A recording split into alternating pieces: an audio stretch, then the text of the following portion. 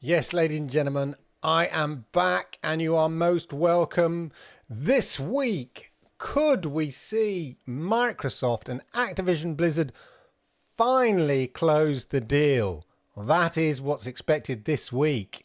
Plus, we have news on whether Call of Duty will be arriving instantly on Game Pass and all of that. Jim Ryan leaves Sony. I know that was a couple of weeks ago, but I was off last week, wasn't I? And all of that. Plus, Forza Motorsport is shaping up to look really cool. Certainly some photorealistic images that I've seen have been stunning. We'll see how it all plays tomorrow. Have you pre-installed it? All of that and much, much more. Roll the credits. It's the Monday Game Chat with your host, Clive Illenden.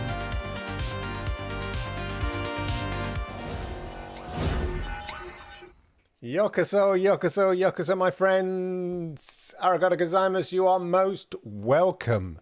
Welcome, welcome to the Monday Game Chat. Yeah, I know it's been a while. It's been a little while. It's a little quiet, really, on the news front, oddly enough. And so I thought I would give the old brain a rest last week. So I apologise for not being around. But sometimes you just got to, take a bit of me time. And I thought I'd just have a bit of me time. I needed it. So there you go. Busy old time of year. Anyway, I hope you're good. I hope you're well. As ever, don't forget to hit the likes because I like it. YouTube likes it. And, it helps people like you, and we know you're the bright ones, but there are other bright ones out there as well who don't even know that such a show like this exists. And as you know, they're missing out. Let's not keep it a secret, ladies and gentlemen. Hit them likes, let YouTube know, and then YouTube will do the rest. That's the theory. And if you're new here, Yokoso, you are most welcome. Thank you for joining us.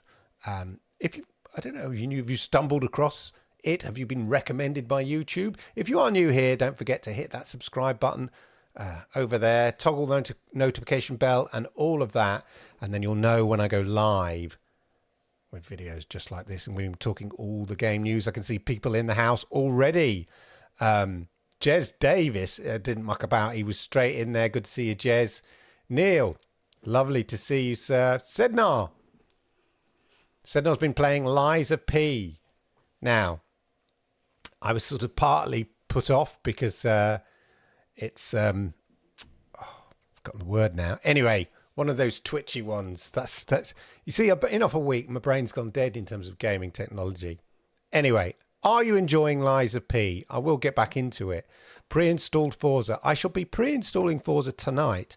I shall be pre-installing it.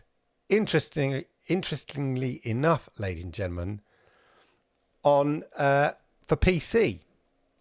And I shall be pre-installing it on this chunk of metal, ladies and gentlemen. This chunk of metal here, CNC'd, honed from a solid piece of aluminum for my American friends. There, look at this. Look at the piece. Look at the vents on the back there. I don't know if you can see all these vents along. Jesus, this is heavy. This is a beast. It's got vents at the side here. Vents all at the back there. Vents at the side there. Now, the reason it's got so many vents,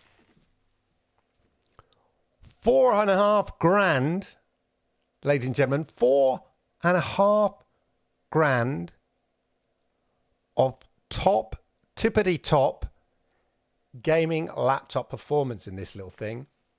This is from Acer. It is their Predator range.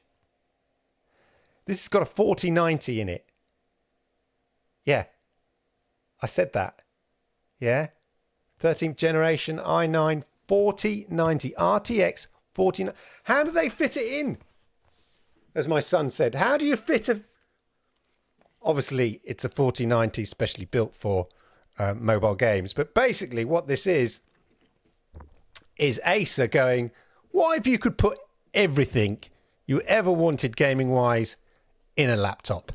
And that's what they've gone and done. It's absolutely insane what's in there. It is a flagship example of what could be stuffed into a laptop form. And if you look at the thickness of that, like I've got some other gaming laptops and they're more chunky, but it's because of the way this is designed. It is heavy, that they can kind of fit all that power in. The screen there, yeah, 4K, 250 hertz, HDR 1000, it pops. The screen pops. It's very impressive. The weird thing is though, look at the shape. That is not a 16 by 9. I'm so used to having 16 by 9 monitors and a 16 by 9 TV. So I play my games in that format. I was playing Halo on this earlier. I mean, the colors and the lights just pop amazingly. I was playing Halo on this and it felt really weird because of my field of vision. Because it's not a 16 by 9. It's a weird shape. It's slightly taller than a 16 by 9 shape. So I had to change my FOV, but it was just odd at first. It takes a little bit of getting used to. Anyway, exactly. Yeah, I mean, who's it for? That's the interesting question. Either somebody who's got more money than, not more money than sense, but you know what I mean, is you know, can afford those big luxuries. How long would it last you? It's not as though you can update it, is it? 5 years? I think if you're a serious gamer who doesn't change their gaming device. I mean, you know, we don't tend to upgrade our console, do we? We don't get a chance for 5 years. So let's say 5 years, $4,500 over 5 years. Well, the irony is, if you're a hardcore gamer, you probably love updating to the latest graphics cards. It's that weird Venn diagram of hardcore, must have the best that money can buy gamer, but I'm moving around a lot. Yeah, like a digital nomad. I'm a digital nomad. That is who, because obviously it's a workhorse as well. You know, it does obviously editing, OBS, all of that. And if you look at the color as well, like it doesn't shout gamer. It doesn't shout gamer at you, does it? You could sort of take that to the office. Bit of weightlifting. Whew. The power brick is enormous. But yeah, DTSX sound, bonkers. The bonkers specs. Anyway, there are, you know, Acer do more medium priced, more medium ranged laptops in their Nitro range, which are slightly more affordable. But I think they were just experimenting with that to see. It's not mine, by the way. I'm not flexing. This doesn't flex. It's solid metal. But anyway, there you go. I'd spend it on a desktop. Yeah, exactly. I think, you know, but that's what I'm saying. It's that rare Venn diagram of people on the move who insist on top gaming. You know, unless you could afford both. Crazy. My son well and truly tested that out because, ironically enough, my son decided to upgrade his computer and spend some of his pocket money on a fat. He bought some memory, lovely white memory that glows, really nice, with his pocket money, like 50 quid. I said, look, I'll supplement you. Let's upgrade it even more, you know. And then he bought a nice fan as well for his CPU.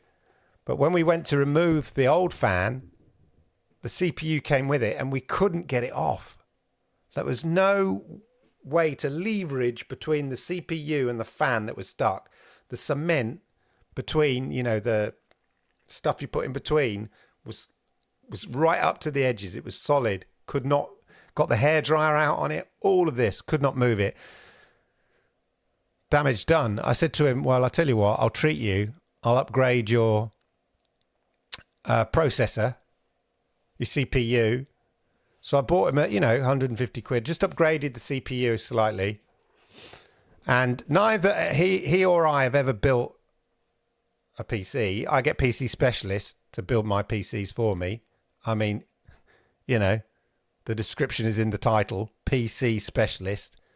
They do it, they are gamers. They build PCs every single day. They know what they're doing. Me, no idea. Anyway, I wish I did know what I was doing, because I think between my son and I think replacing his CPU with a new CPU, putting in the new fan, I made a mistake, which meant I had to take the whole motherboard out, rebuild the whole thing. Motherboard comes on, everything glows, all the lights shine, all the LEDs go, all the fans go. No signal. So I've effectively bricked it. I'm going to have to take it to the IT shop and see if they've got, they're proper gamers in there and they can basically get it running. Because otherwise, my son is going to be most disappointed. But I already had, on the same day or the day before that happened, I was lent this. So he has been gaming on a $4,500 gaming laptop for the whole weekend after we accidentally bricked his gaming laptop, which is now on the floor in there, ready to take to the IT shop. That's been my adventures. Yeah. Gaming laptop in, old tower laptop bust going out. So hopefully my local IT shop can test all the various components to see which is the faulty bit. I'm never building I know people say, it's easy to build a gaming PC, but like it is if you've done it a few times. It's like DIY. Do I really want to experiment on my house and get it all wrong the first time, or pay someone who does this every day? So there we go. Neil J scared to touch it. Yeah. Gaming laptops are a bit of a rip-off compared to gaming desktops. I discovered that, Gandhara, exactly. The first time I bought a sort of a laptop for gaming, it was a entry-level thing. It's 700 quid, but that's a lot of money. At the time, at the time, it still is. Proper entry level, but it was enough to play Minecraft, which is at the time, this was about 7-8 years ago, that when my kids wanted to play Minecraft, I spent 700 quid on a Christmas present, a joint Christmas for the family. I used to use it to stream the Stadium Monday Night Chat when I first started. But if I'd known then, I would have perhaps got a tower and had one built for the same money. It would have been much more powerful and then upgradable. So since then, I've had two desk towers, gaming rigs. I think that's a better way to go. But there must be a market for gaming laptops, gaming on the go. Maybe it's a supplementary thing. I don't know. It's interesting. He is a very lucky boy, and I spoil him. You should see his room. I tell you what, it is. He's got this immaculate metal gaming bunk bed on the top, all black, slick, massive gaming desk underneath, not a small desk. And it's got a slight cut out at the front so you can slide your chair in. Really wide, nice red lined. Then I put LED lights all around it. He's got his Xbox Series S in there. He's got his gaming laptop, which was my old gaming laptop, in there. He's got 2 monitors. He gets a lot of my hand-me-downs, but they're pretty good. And then he was sitting there playing with a $4,500 bloody laptop. Spoilt brat, isn't he? No, he's not a spoilt brat. He's just a lucky boy. I like the way, Stadia reason for closing video. Oh, I'm glad you enjoyed that. Thank you. Well, exactly, Swatters. What's the difference between that and the GFN Ultimate tier? Exactly. I still like playing. One thing is in testing. So I've got 3 laptops I'm testing. Okay, it's like Goldilocks. Yeah, I've got a Daddy Bear,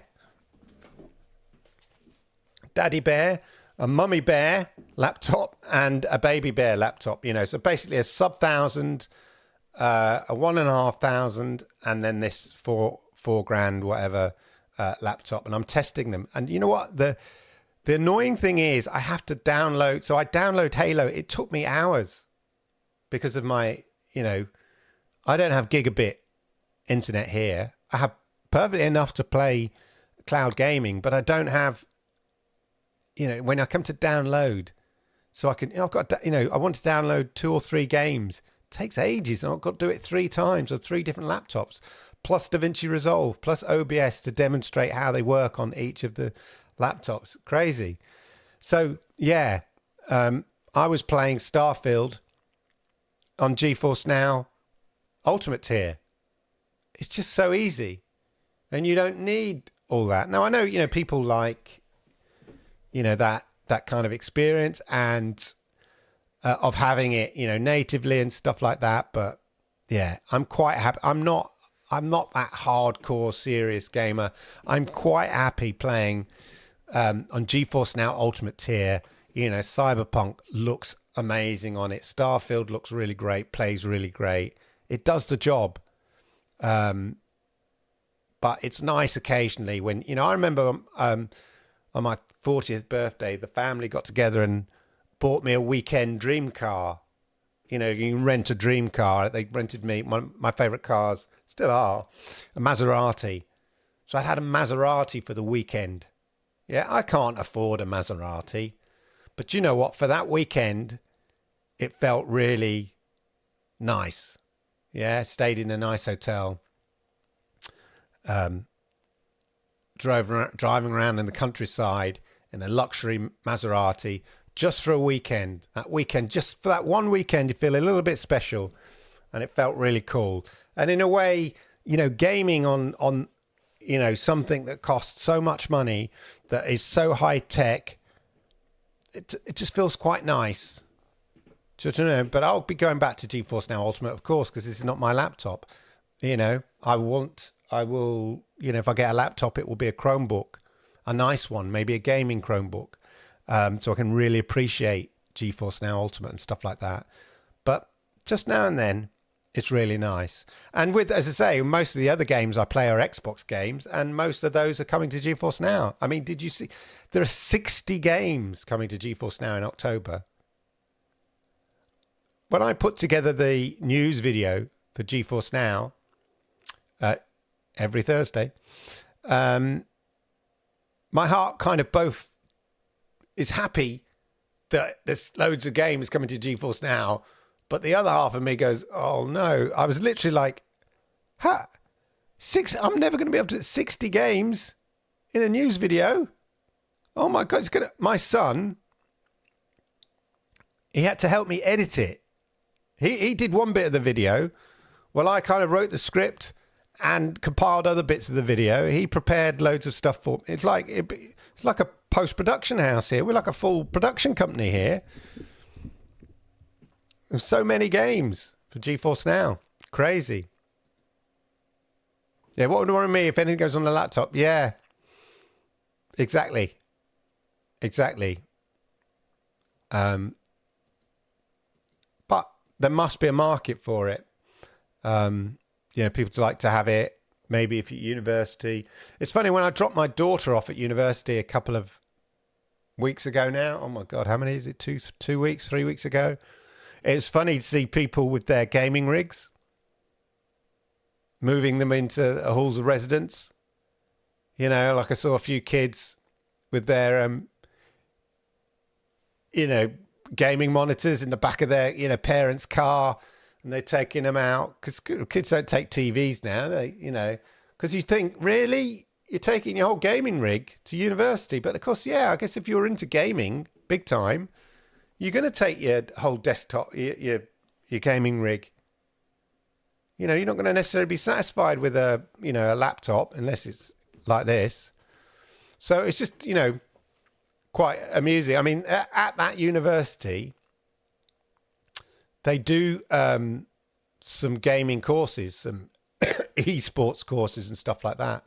So it's not surprising. And I think like gaming design and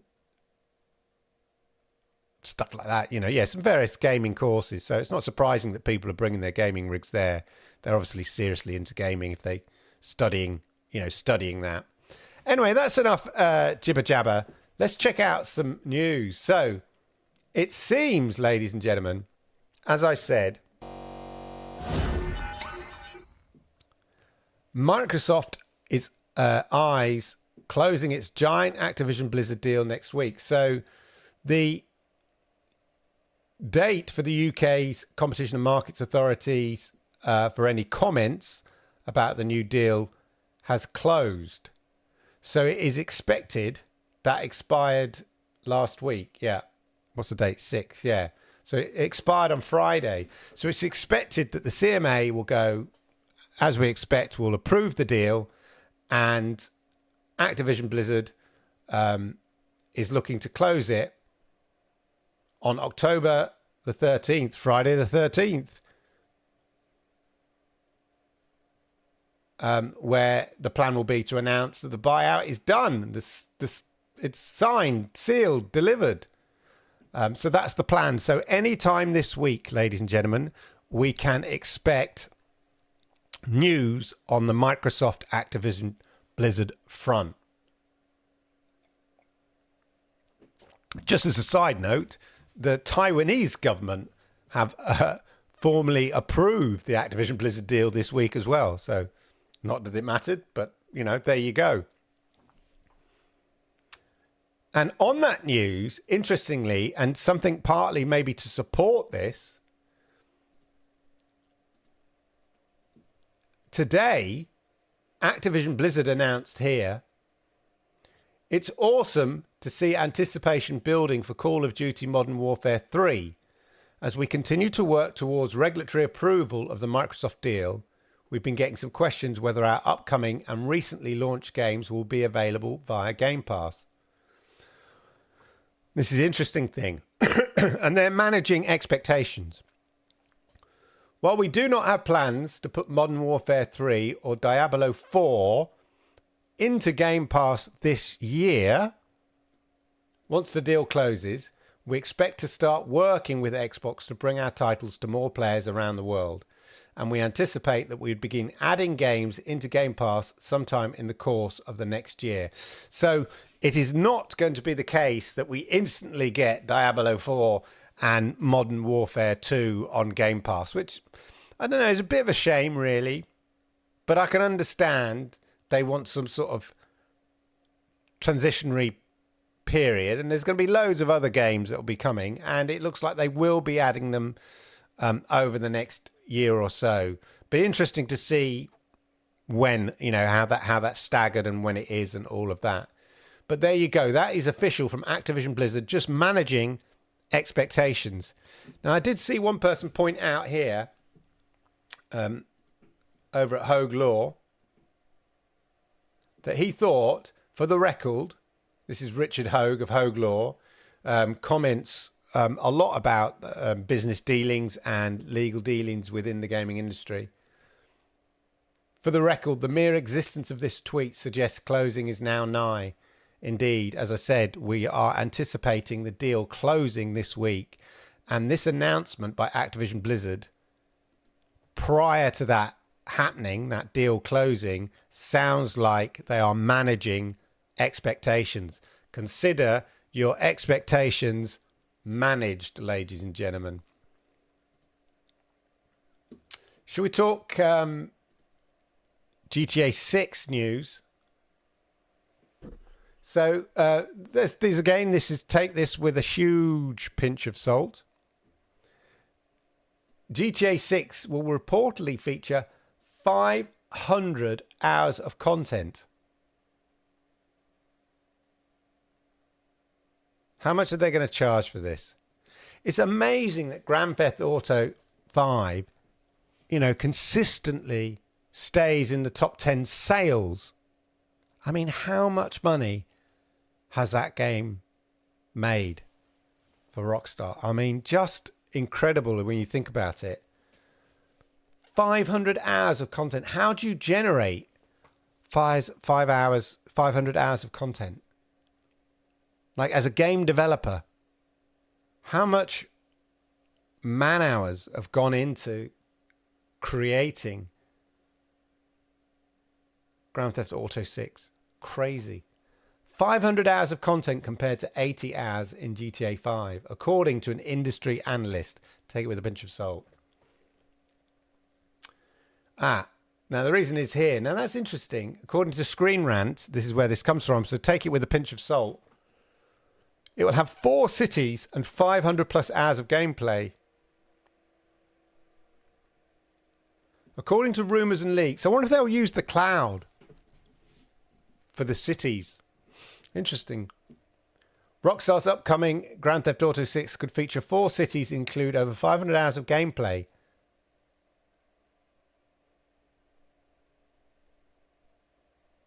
Whatever, it's going to be epic.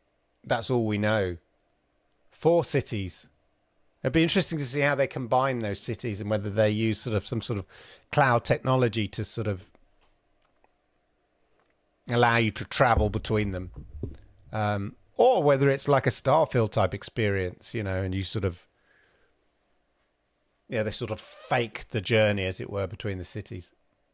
Be interesting to see anyway. If that again, is it rumor? Take it with a pinch of salt, ladies and gentlemen. Take it with a pinch of salt.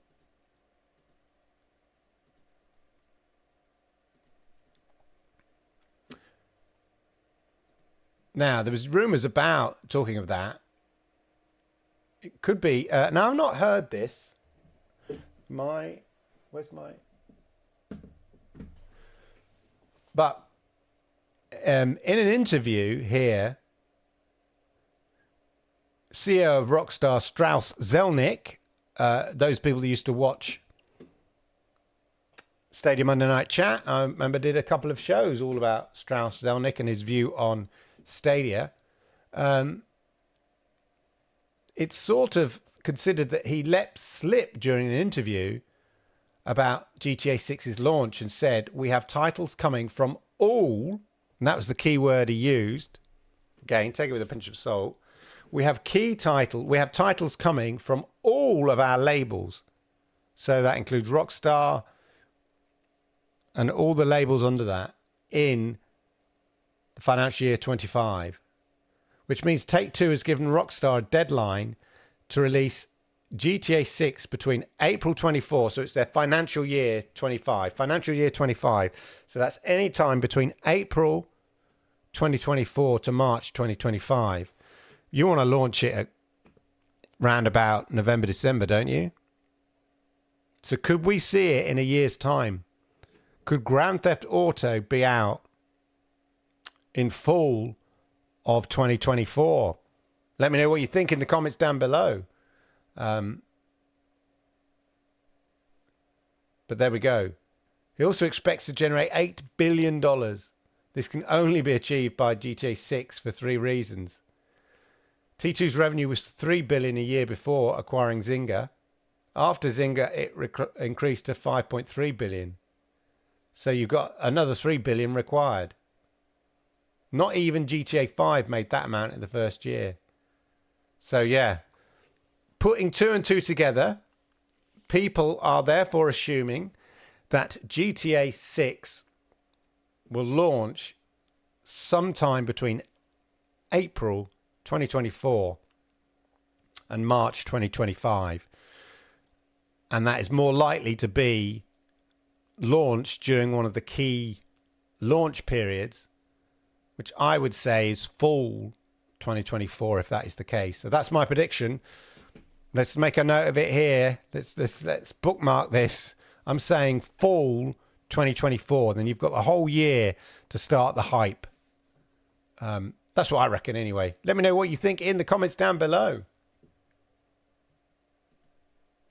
Now, interesting update in the world of cloud gaming. Amazon Luna announced last week here, get your favorite games and keep them. With Amazon Luna's new feature, purchase and play. Sounds familiar. Wasn't there another cloud gaming service that You could purchase and play. You could subscribe and get some games as part of your subscription, but you could also purchase. Anybody heard of that before? Well, it seems that Luna and their relationship with Ubisoft are announcing that you can purchase and play individual Ubisoft games on Luna. It's always Ubisoft, isn't it? Pushing the boundaries of this. You know, they're just really embracing cloud gaming, trying to get on all the platforms. You know, they really know how to kind of market their IP, I guess. But yeah, so if you've got an Amazon Luna subscription, you can also buy Ubisoft games and play them. Have your cake and eat it. Buy and play Ubisoft games without any subscription needed. So actually, you could just buy the games. Presumably, yeah, you could just buy the games and you can play them via Ubisoft. Has anybody tested this out or read the terms and conditions on it? There was an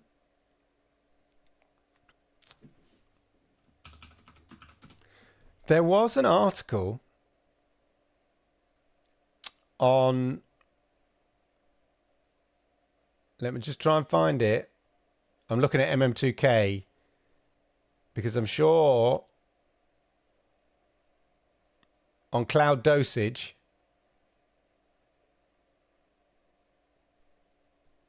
they talked about it. Let's check out Cloud Dosage.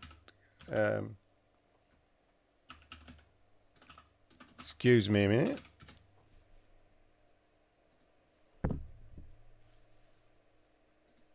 Oi. MM2K wants my cookies.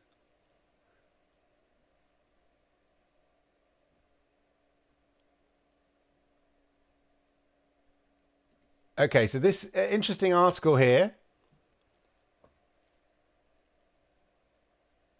In a blog post today, Amazon Luna announced they've begun selling games on their service. So what is actually new here, and is it a big deal? Since last December, you could play games you already owned or recently purchased on Ubisoft Connect via Amazon Luna. So that bit's not new. If you subscribe to any of Amazon Prime, Luna Plus, or Ubisoft, that's the key. You needed to both purchase the game and subscribe. That was exactly what people moaned about Stadia, because erroneously, of course, before people, you know, well, what's the point of you have to subscribe and buy the games? That's ridiculous. No, you don't. How many times did we have to tell people that? Well, you have to subscribe and buy the game. No, you don't. What a stupid model. Subscribing and buying. No, you don't. Pay attention. No wonder I had a show on it. It used to make me go off on rants. People don't listen. Anyway, but on Luna, yeah, you had to subscribe to play. Yeah, there we are, of course. Because we think alike. The gang over at Cloud Dosage and I. It's what everyone always wrongly accused of Stadia of doing. Making you pay both for the purchase of the game as well as subscription to play. It's not all that different from GeForce Now and Boostroid operate. If our memory serves us correct, Ubisoft and Amazon Luna later began providing links for the purposes of enabling game purchases. So what's different? Well, not a whole lot, except that link to a purchased game. Amazon will now process the payment right within Luna instead of taking you to Ubisoft Connect. So that is the key difference, is that you can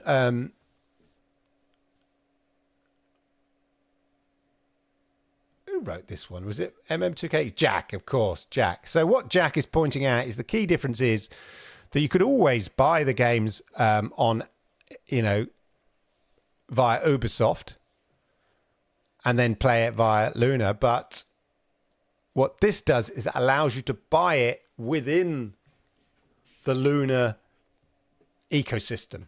And that's the fundamental difference, according to Jack. So shout out to Jack and Cloud Dosage for your cloud gaming news. It's amazing how much content is on here now. Since they started it, so much work goes into this from Jack and MM2K and loads of people who contribute it. So if you're not familiar with cloud dosage, check it out if you want to keep up with your cloud gaming news. But there we go. So that's kind of on the Luna front. Didn't mean to close that one down. Never mind. I will open it up. But yeah, it's interesting to see that. It is only Ubisoft titles, though. Just right. Now, talking of cloud gaming, it seems that there is another entrant, and it is a big entrant. You know, often you think who could. One of the issues that the CMA had about the Activision Blizzard deal was in relation to cloud gaming. It's a nascent market, and you know the deal potentially was a threat to anybody wanting to come in. You know, to start in the cloud gaming market, but to start in the cloud gaming market, we've kind of often talked that you have to be a pretty big player. You have to have some kind of big offering, whether it's infrastructure, reach, brand, something. And even then, there's no guarantee of success. Hello, Google. But it seems that such a company out there does exist. And it is Samsung. Samsung is adding cloud gaming to your Galaxy phone. Galaxy smartphones and tablets are reportedly adding a new app from Samsung as soon as this week.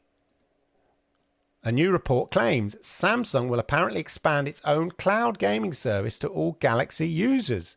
So this isn't GeForce Now, which you could obviously play on your Samsung Galaxy.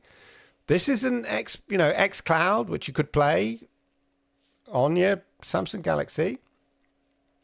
Samsung has somewhat quietly been working on its own cloud gaming service for a while now. It makes sense, given the size of, Samsung. They see themselves almost like a Google. So that's interesting. The service has been in beta and could arrive on 1 billion Galaxy devices. That's the thing. That's what they offer. That's their USP, entering into the cloud gaming market. We've seen Apple with the Apple 15, the iPhone 15, say, look, we're going to start allowing you to play AAA games because the iPhone 15 is so powerful that it will run AAA games, not via the cloud, like natively. Obviously, they have to be ported to it, but they're going to start with Assassin's Creed games and stuff like that. Ubisoft again. So you can see, gaming, AAA gaming is still an important part of that mobile experience. We've seen it with the Steam Deck and all of that. So from Samsung's point of view, you can understand why they might want to get into cloud gaming and have 1 billion Galaxy devices. Okay, that's marketing talk because,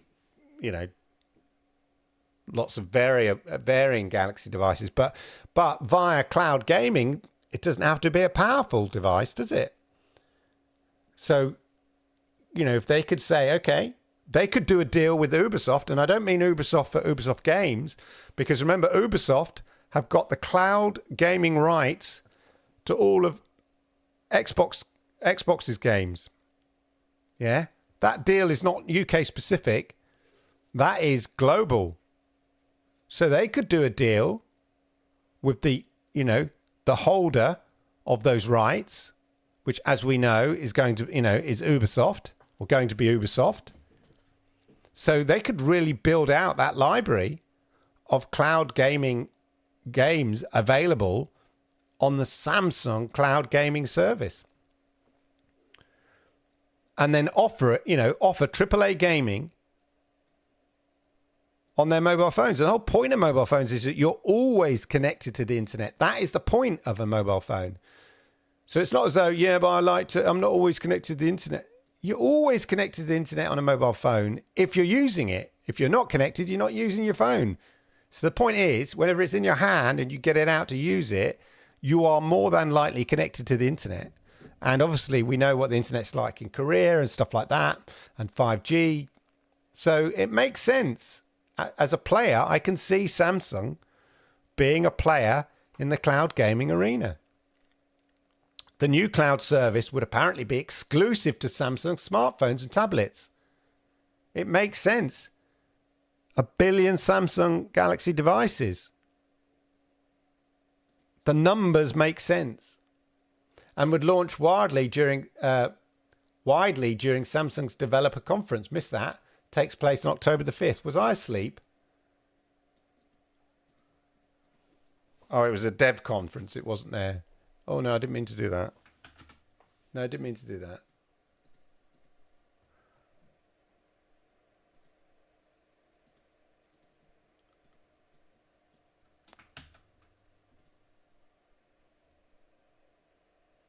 What's going on now? I need to look into that. I need to do my research, ladies and gentlemen. I apologise.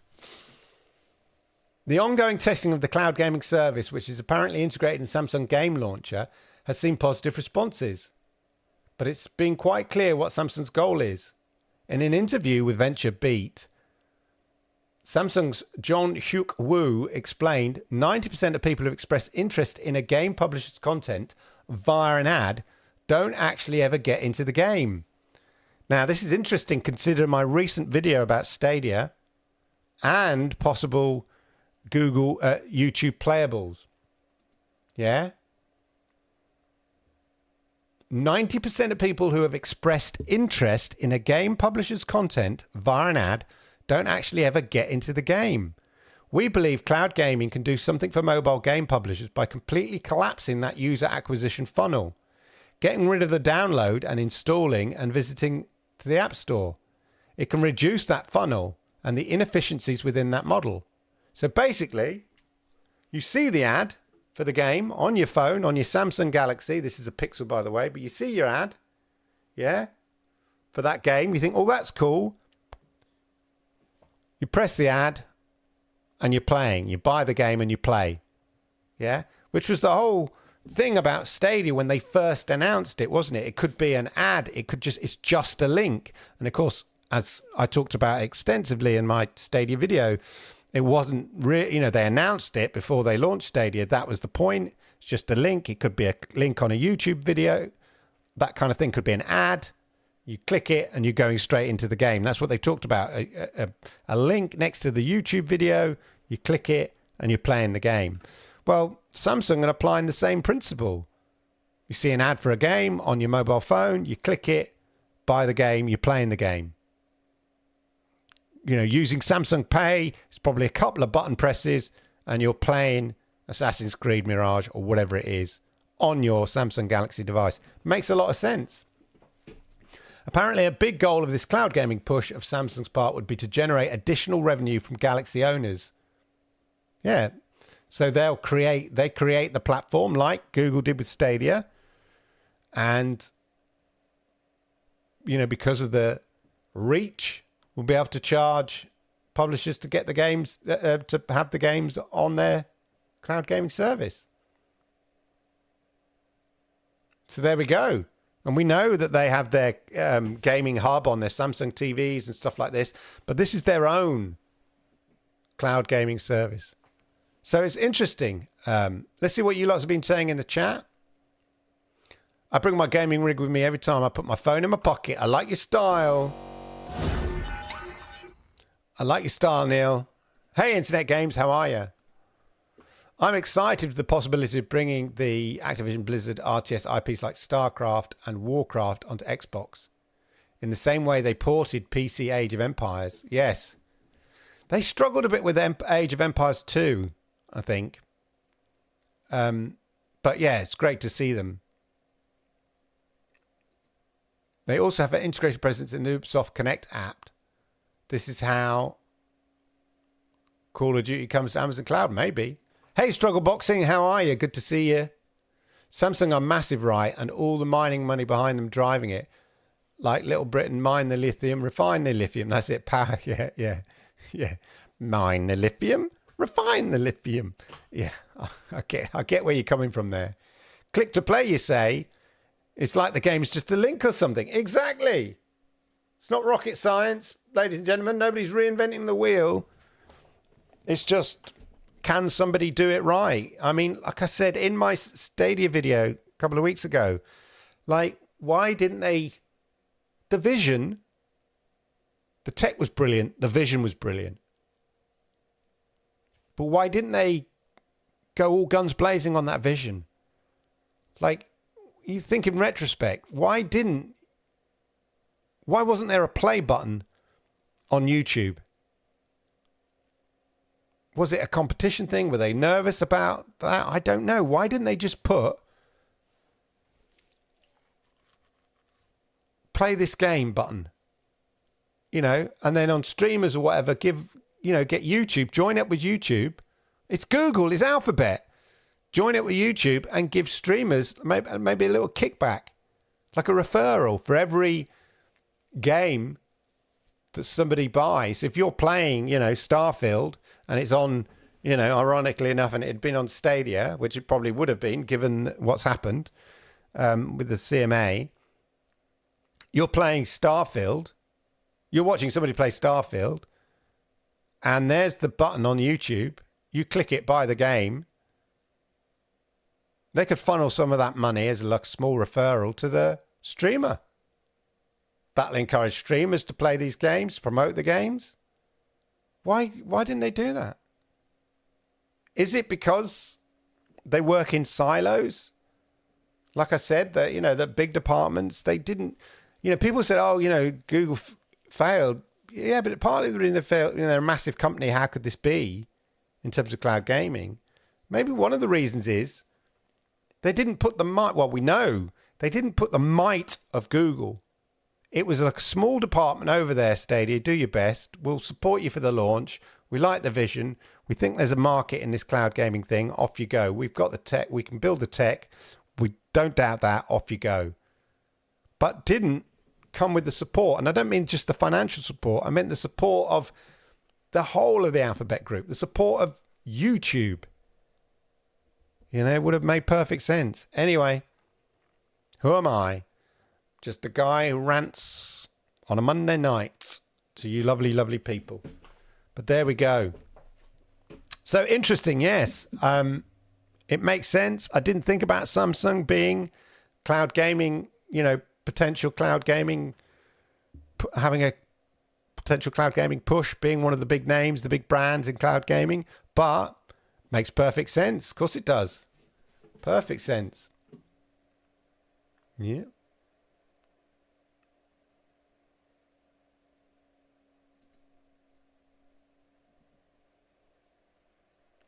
There's a new patch, ladies and gentlemen. So I was just looking at the news then. Finally. Why didn't they do it before? Redfall. Of course, Redfall had a terrible time when it launched. 30 frames per second and a game like that, it should be 60 frames per second. Agreed. Not all games have to be, 60 frames per second. But certain games, you kind of now the expectation you think should be. And I think this is one of those games, twitchy shooter game. You want it to be at least 60 frames per second. Given the power that the consoles have, why couldn't it be? Anyway, finally, this patch brings a performance mode to Xbox Series X and S. Stealth takedowns, new controller settings, accessibility improvements, much more. By all accounts, I've read some reports that it's dramatically improved the game. But is it too little, too late, ladies and gentlemen? Often with these things, it's like, why didn't you just, the damage is done. You know how it is in the gaming industry. If something comes out the door and it trips and stumbles, again, Stadia, arguably, when it was launched, message wasn't clear. It tripped and stumbled on launch, and it never really recovers, because the gaming community love a pile-on, don't they? They love a pile-on, and they love to kick somebody when they're down. And Redfall got a bit of a kick in. And then people got bored, went off, did other things. So now it comes back and goes, look, I'm back. Hello, anybody? It's like you've lost all the marketing hype, all the marketing fuel that was there. It's like, no, I'm a good game now. I've learnt my lesson. I've improved. I'm 60 frames per second now. Anybody? 60 frames per... Anybody? Too late, isn't it? I might go back and give it a go. The patch brings a performance mode to Xbox Series X and S, stealth takedowns, new controller settings, accessibility improvements, and much more.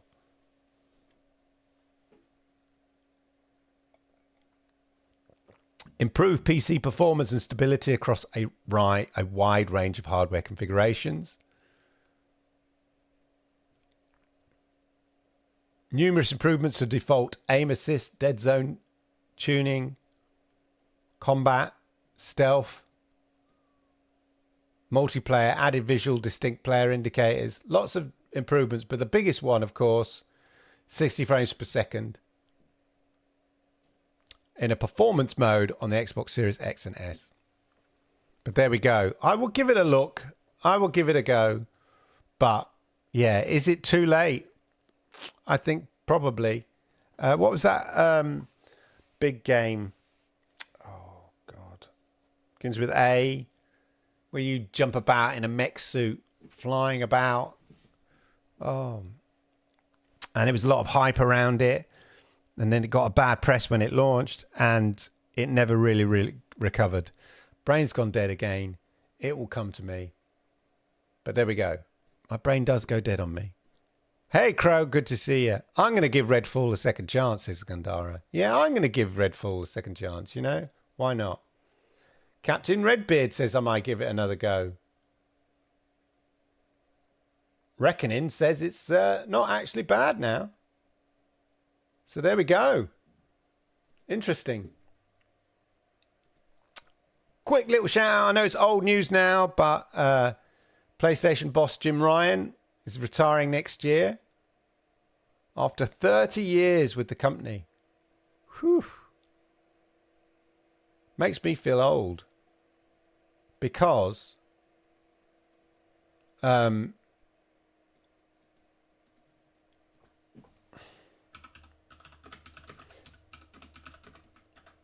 told this story before, but I don't mind. I'm gonna tell the story again.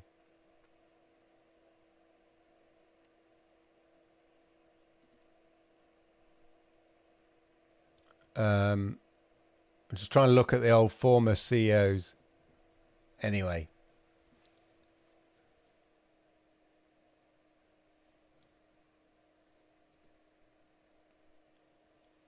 This is in Tokyo. This is the former headquarters. I think.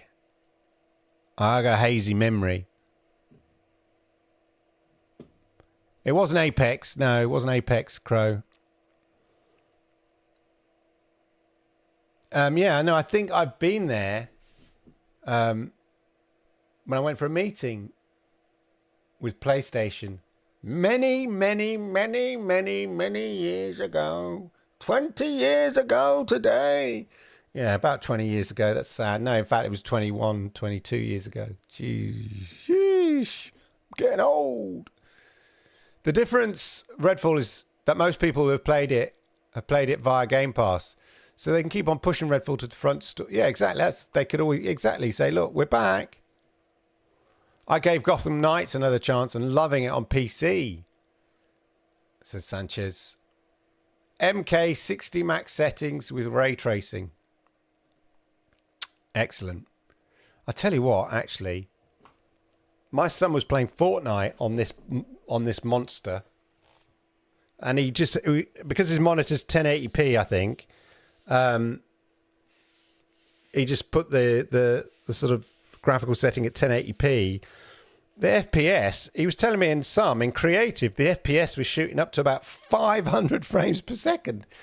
And when he was playing, it was about 250 frames per second.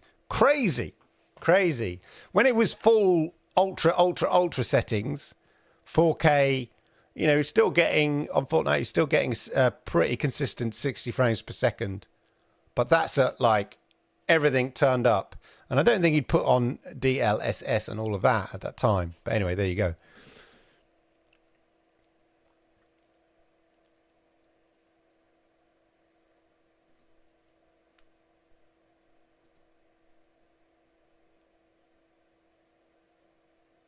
And again, from a few weeks ago here,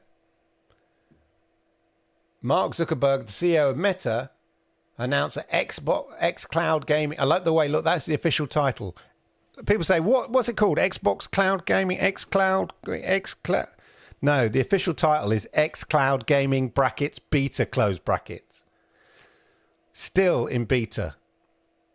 I've talked about it before on this show that I think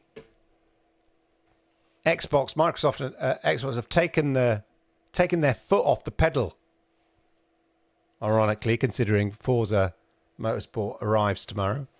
They've taken their foot off the pedal as far as xCloud is concerned. They pretty rapidly ramped up to use Xbox Series X blades. When was that? 12 months, 18 months ago? Nothing since then, really. Stream quality's not got any better.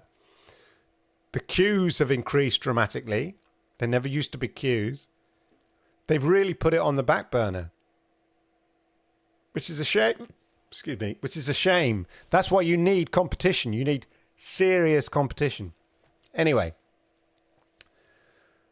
xCloud will be available on all MetaQuest headsets from December.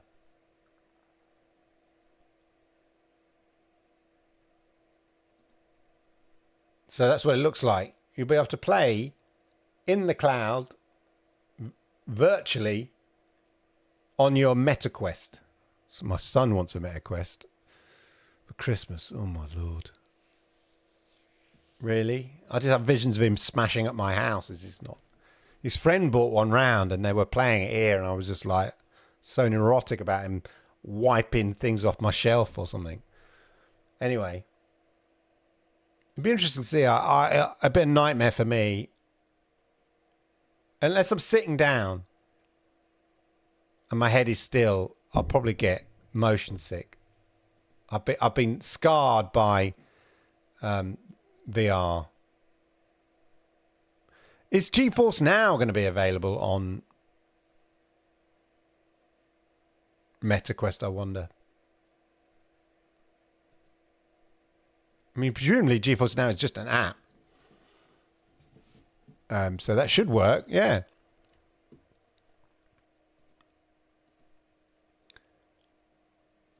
It'll only get better with FSR 3. In 1 hour, 3 mins. Yes, Forza Motorsport. Is that what you're talking about? Forza Motorsport, indeed. Hey, Jerome, how are you? Good to see. Oh, you've missed loads, Jerome. Catch up later. It's been a bumper pack show. Everybody hit the likes as well. Don't forget. It's lovely to see everybody as ever. Let me run through.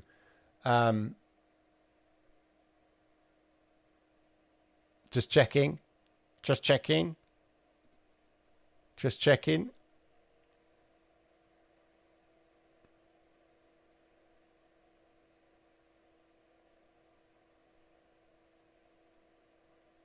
Okay, interesting here.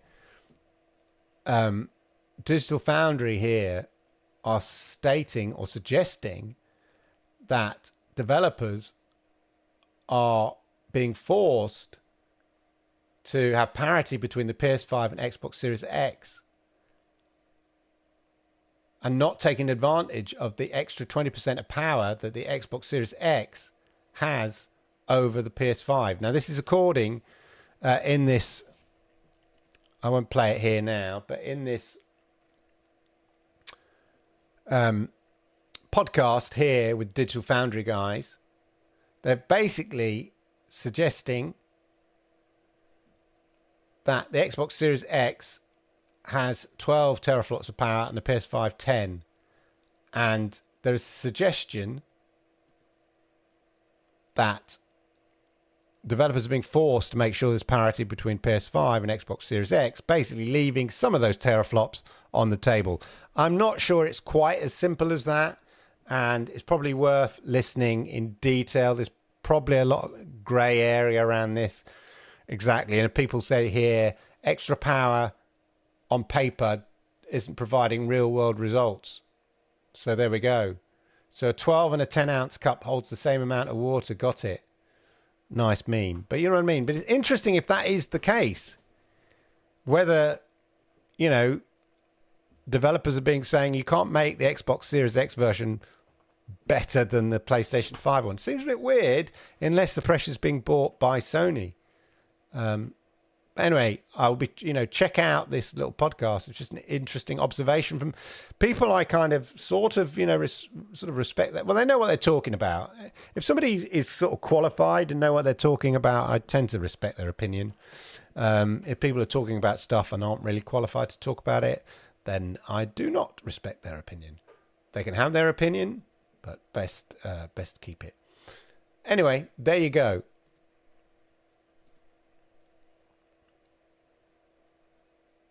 Starfield gets an update, ladies and gentlemen, which includes an FOV slider and performance improvements. Where are the performance improvements? PC only. Okay, specifically for Intel Arc GPUs. Now, that's interesting because I was offered an Intel Arc GPU, and my ignorance, because I'm not a part of the PC master race. I sort of...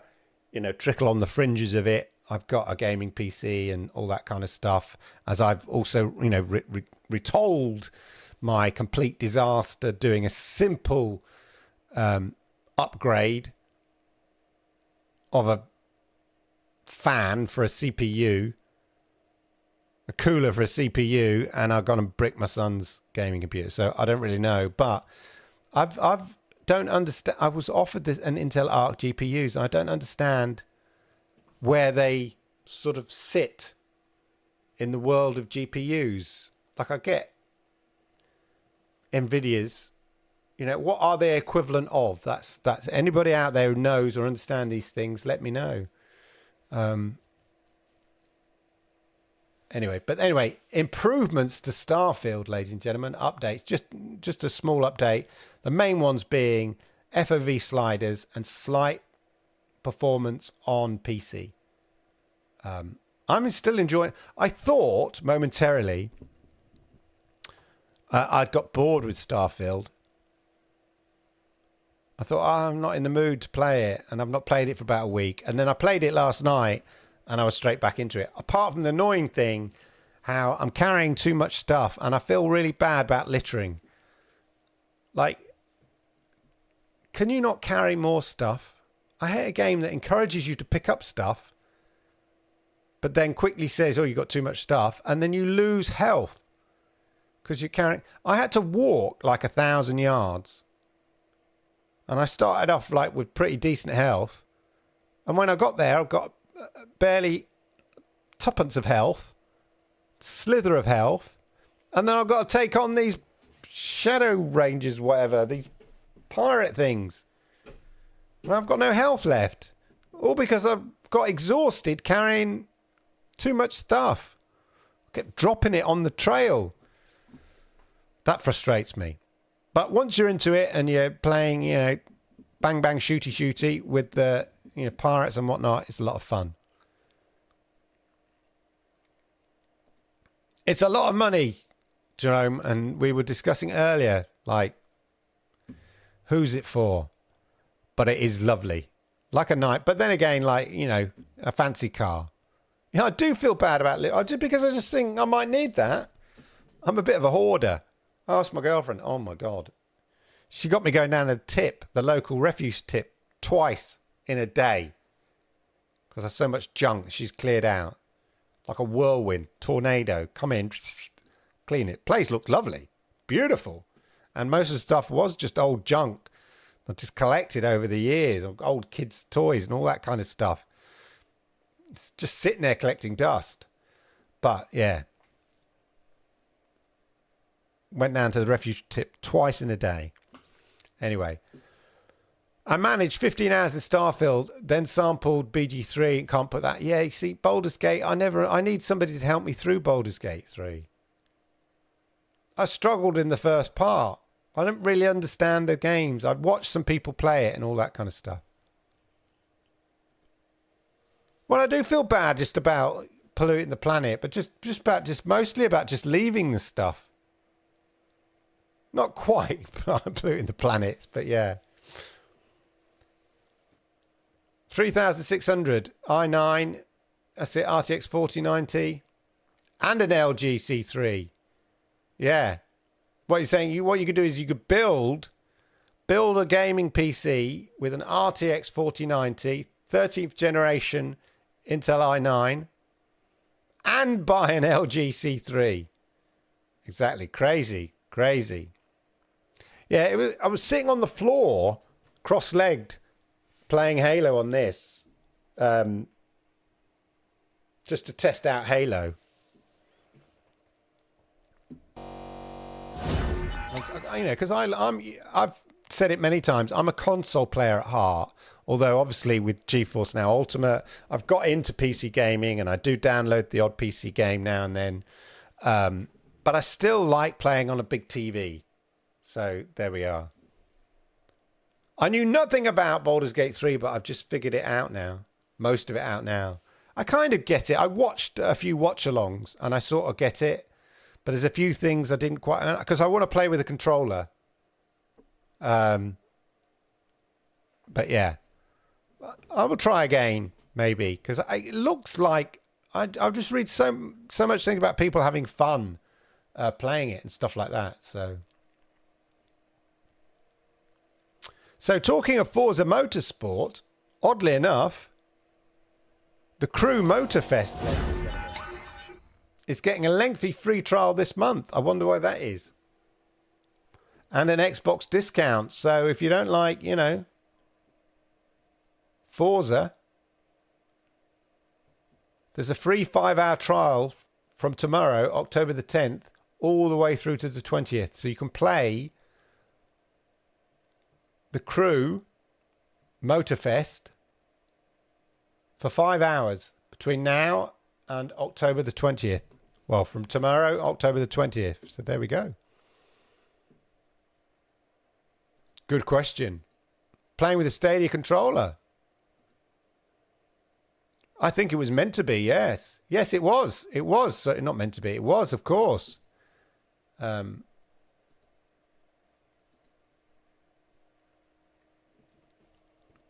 Quickly see what Tom's saying.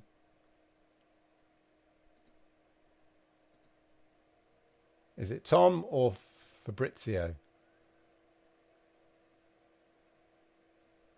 John Riccatello is out of Unity after the Unity snafu. Former EA CEO. When they're going to start charging developers a license fee more than they already do.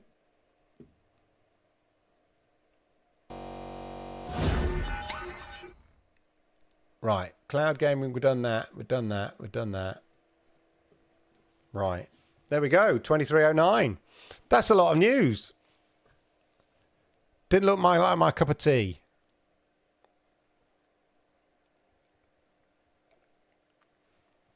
Nice cup of chai. Yeah. Vanilla flavored chai. Organic chai. In my Street, there we are. Street Fighter 5 mug. And there we are. And on that bombshell, ladies and gentlemen, I want to thank you all for joining me live tonight. I apologise.